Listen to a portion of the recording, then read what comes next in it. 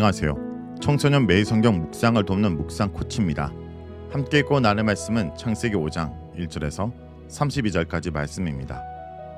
오늘 창세기 5장은 족보가 등장합니다. 여러분은 게임이나 SNS를 할 때 가장 먼저 무엇을 합니까? 로그인을 합니다. 그리고 활동이 끝나면 로그아웃을 합니다. 우리 인생도 비슷합니다. 세상에 태어나는 로그인의 순간이 있고 언젠가 이 세상을 떠나는 로그아웃의 순간이 있습니다. 오늘 우리가 읽은 창세기 5장은 인류의 거대한 로그인과 로그아웃의 기록입니다. 누구는 몇 살의 자녀를 낳고 총 몇 년을 살다가 결국 죽었더라라는 말이 반복됩니다. 여러분은 죽었더라는 반복된 문구를 보며 어떤 생각이 듭니까? 결국 모두가 죽구나, 허무하구나 라는 것을 느낄지도 모릅니다.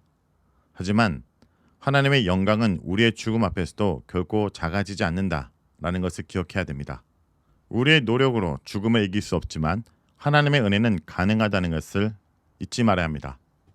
오늘 이 족보 속에 숨겨진 놀라운 하나님의 사랑과 생명의 신비를 함께 살펴보기 원합니다. 먼저 1절과 2절을 보겠습니다. 성경은 다시 한번 인간이 어떻게 만들어졌는지를 복습합니다. 하나님의 사람을 창조하실 때 하나님의 모양대로 지으시되 라고 말하는데, 여러분, 이것이 우리의 진짜 정체성입니다. 여러분은 어쩌다 태어난 존재가 아닙니다. 하나님의 형상, 즉 하나님의 DNA를 품고 태어난 고귀한 존재입니다. 비록 아담의 죄로 인해 그 형상이 어그러졌을지라도 하나님은 여전히 우리를 내 형상을 닮은 내 아이라 부르십니다. 그런데 3절부터 분위기가 달라집니다. 아담이 셋을 낳았는데 자기 모양 곧 자기 형상과 같은 아들을 낳아라고 기록합니다. 하나님을 닮았던 아담이 이제는 자신을 닮은 후손들을 낳기 시작했습니다. 여기서부터 시간이란 냉혹한 흐름이 시작됩니다. 5장을 읽다 보면 일정 패턴이 나옵니다. 누구는 몇 세에 누구를 낳았고 그 후 몇 년을 지나며 자녀를 낳았으며 그는 몇 세를 살고 죽었더라. 이 패턴이 계속 반복됩니다. 900년 넘게 살았던 무드셀라도 인류의 조상 아담도 예외가 없습니다. 결국은 죽었더라로 끝납니다. 성경을 잘 모르는 친구들은 질문할 수 있습니다. 옛날 사람들은 왜 이렇게 오래 살았을까요? 900살이나 되는 것이 가능한가요? 당시 환경이나 하나님의 특별한 섭리가 있었겠지만 여기서 중요한 것은 얼마나 오래 살았냐가 아닙니다. 결국 죽음을 피할 수 없다라는 사실입니다. 제가 세상에 들어온 후 인간은 죽음이라는 거대한 벽에 갇히게 되었습니다. 하지만 여러분, 이 지루한 명단이 왜 성경에 기록되었을까요? 이것은 하나님의 포기하지 않는 신실함을 보여주는 것입니다. 아담이 죄를 지었을 때 하나님은 당장 인류를 멸망시킬 수도 있었습니다. 하지만 하나님은 족보를 이어가게 하십니다. 한 명의 이름을 기억하시며 그들을 통해 인류의 역사를 끌고 가십니다. 비록 죽었더라는 슬픈 후렴구가 붙지만 그 사이사이에 자녀를 낳았으며 라는 생명의 이어짐이 있습니다. 죽음이 지배하는 것 같은 세상 속에서도 하나님은 쉬지 않고 일하고 계신다는 증거입니다. 그런데 이 지루한 죽음의 행진을 멈춘 한 사람이 등장합니다. 바로 21절의 에녹입니다.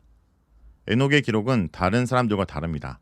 그는 65세의 무드셀라를 낳은 후 상몇 동안 하나님과 동행했습니다. 그리고 24절, 성경의 가장 신비로운 문장이 나옵니다. 에녹이 하나님과 동행하더니 하나님이 그를 데려가심으로 세상에 있지 아니하였더라. 에녹은 죽음을 보지 않고 옮겨졌습니다. 모두가 죽었다라로 끝날 때 에녹만은 하나님이 데려가셨다라로 끝납니다. 여러분, 이것이 주는 메시지가 무엇일까요? 하나님을 즐거워하는 것이 죽음의 공포를 이기는 유일한 길임을 보여줍니다. 에녹이 하나님과 동행했다는 것은 단순히 교회를 잘 다녔다는 뜻이 아닙니다. 매 순간 하나님의 임재를 의식하며 그분과 대화하고 그분의 뜻을 궁금해하며 살았다는 뜻입니다. 에녹의 삶은 우리에게 보여줍니다. 인생의 가치는 얼마나 오래 사느냐가 아니라 누구와 걷느냐에 달려있다는 사실입니다. 족보의 마지막은 노아로 연결됩니다. 29절을 보면 노아의 아버지가 아들의 이름을 지으며 이렇게 말합니다. 여호와께서 땅을 저주하심으로 수고롭게 일하는 우리를 이 아들이 아니하리라. 인간은 죄로 인해 수고하고 슬퍼하는 존재가 되었지만 여전히 안식과 위로를 갈망합니다. 5장의 족보는 아담에서 시작해 노아로 끝납니다. 이것은 심판 홍수 직전까지 하나님께서 생명의 줄기를 얼마나 소중히 보존하셨는지를 보여줍니다.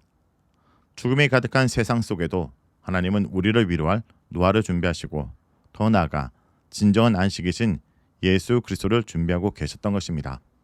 여러분, 에녹의 삶을 보며 우리의 일상을 돌아보기 원합니다. 여러분은 하루 중 누구와 가장 많은 시간을 보냅니까? 스마트폰입니까? 아니면 친구입니까? 에녹은 300년 동안 하나님과 동행했습니다. 300년이라는 시간은 결코 짧지 않습니다. 에녹에게도 힘든 날이 있었을 것이고 화가 나는 날도 있었을 것입니다. 하지만 그는 매 순간 하나님께 묻고 그분과 함께 걸었습니다. 여러분, 우리가 사는 이 시기는 참 혼란스럽습니다. 성적 때문에 불안하고 친구 관계 때문에 잠 못 이룰 때가 많습니다.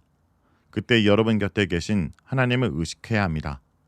아침에 눈을 떴을 때 하나님 오늘 하루도 같이 가주세요 라고 짧게 인사하는 것처럼, 학교 급식줄에 서 있을 때 마음속으로 주님 제 마음이 힘들어요 라고 속삭이는 것, 이것이 에녹에 있던 동행의 시작입니다. 여러분의 일상이라는 족보에 공부했더라, 학원 갔더라 만 남는 것이 아니라 하나님과 동행했더라는 아름다운 문장이 기록되길 간절히 기도합니다. 말씀을 놓고 기도하겠습니다. 주님, 오늘 에녹의 삶을 묵상하며 우리의 마음을 돌이킵니다. 세상을 휩쓰는 거대한 흐름 속에도 흔들리지 않고 하나님과 동행했던 에녹처럼 우리들도 일상의 작은 순간마다 주님의 손을 놓지 않게 하여 주옵소서. 성적의 압박과 미래에 대한 불안이 엄습할 때 죽음을 이기시고 우리에게 영원한 생명을 주신 예수 그리스도를 바라보게 하여 주옵소서. 예수의 이름으로 기도합니다. 아멘.